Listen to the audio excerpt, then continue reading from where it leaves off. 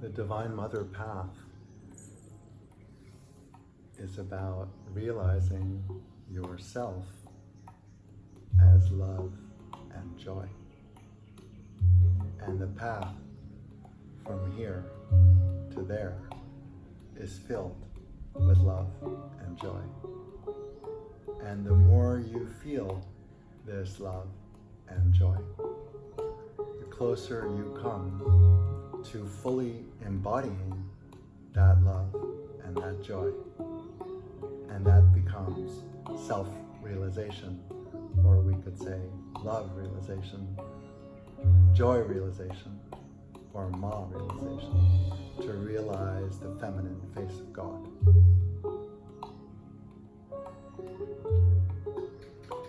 In our society, in our culture, love has many conditions and many distortions. We believe we need to be in love to feel love. In other words, that love is stimulated from another, and then we are feeling our emotion is of love. And many people say and believe that unless they're in a partnership or in a relationship, they do not know love.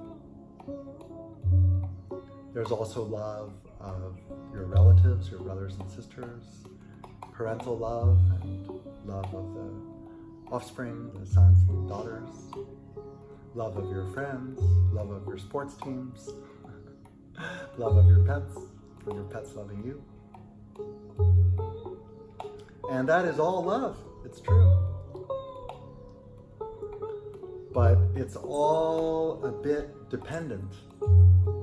If your dog runs away, where's the love gone? If your partner leaves you, no more love. If your favorite restaurant stops serving the pasta carbonara, no more love. So you see, our love is very dependent on external conditions.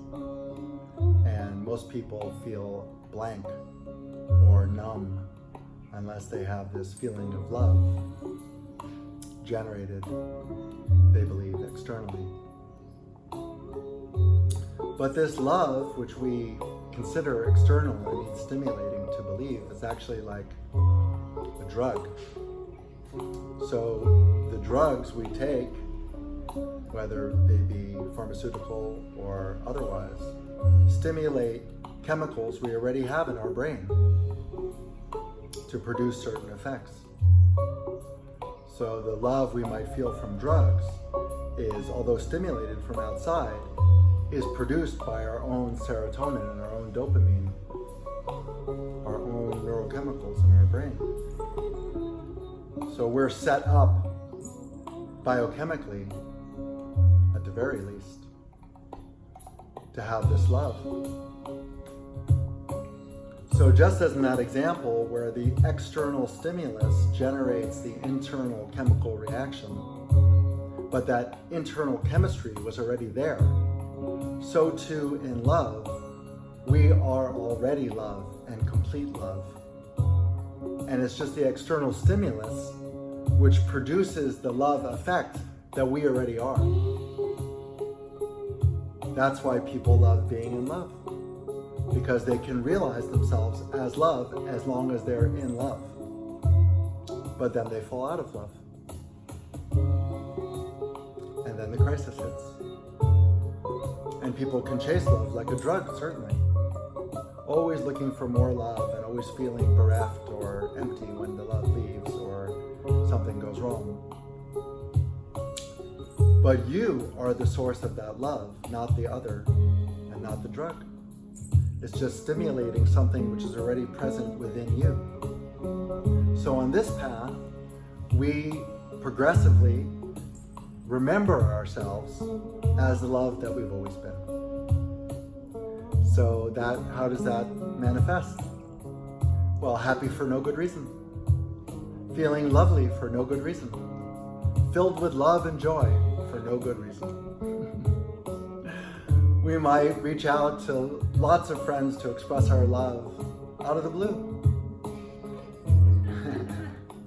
We might just be rolling on the ground filled with love, or dancing and singing, lots of singing, filled with love, or just weeping.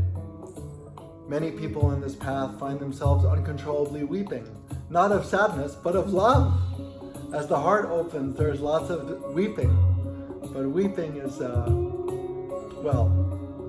if you've ever experienced it, or when you experience it, you'll know it can't really be verbalized, but it's beautiful. So this path, the Vama Kālī path, Vama meaning lovable form of Kālī, is to realize yourself as love, the love you've always been. We can apply the same understanding and the same discernment to joy. Joy is something which is innate to our very being, to our very soul, to our self.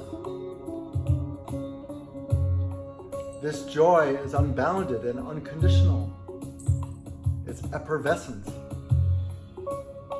bubbly and expansive, happy for no good reason, joyous for no good reason. It wants to be shared, it wants to be expressed.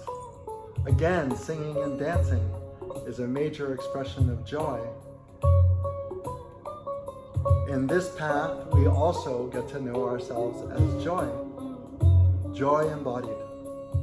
Through time and through repeated exposure to Kālī's grace, we remember ourselves as joy embodied.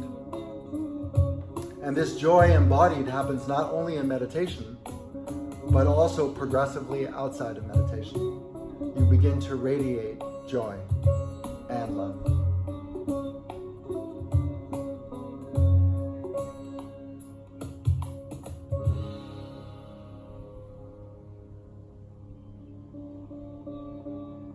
That's what really distinguishes this path from the other paths you might have read about or become aware of.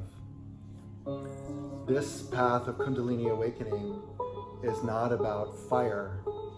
It's not about fire from the Muladhara working its way up to the crown chakra in a very rough, semi-violent, scary fashion.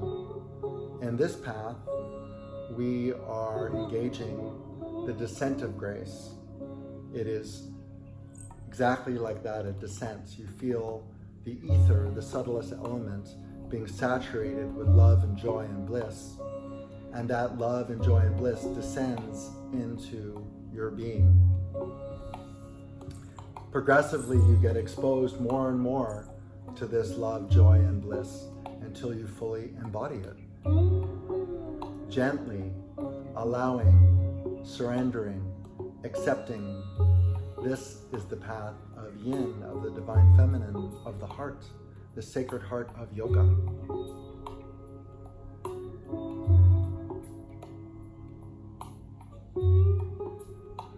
During this time, I'm not saying there won't be challenges. There will be. A lot of your cherished beliefs, patterns, and memories will come under review. Anything that blocks you remembering yourself as love, joy, and bliss will come up for review. How big a struggle that review is entirely up to you and how you treat it. The more you struggle with it, the more it struggles with you. And the more you accept, surrender, and yes, enjoy, the quicker it can move through. Anything that gets in the way of you realizing yourself as love, joy, and bliss will have to be dissolved, like the clouds obscuring the beautiful sun.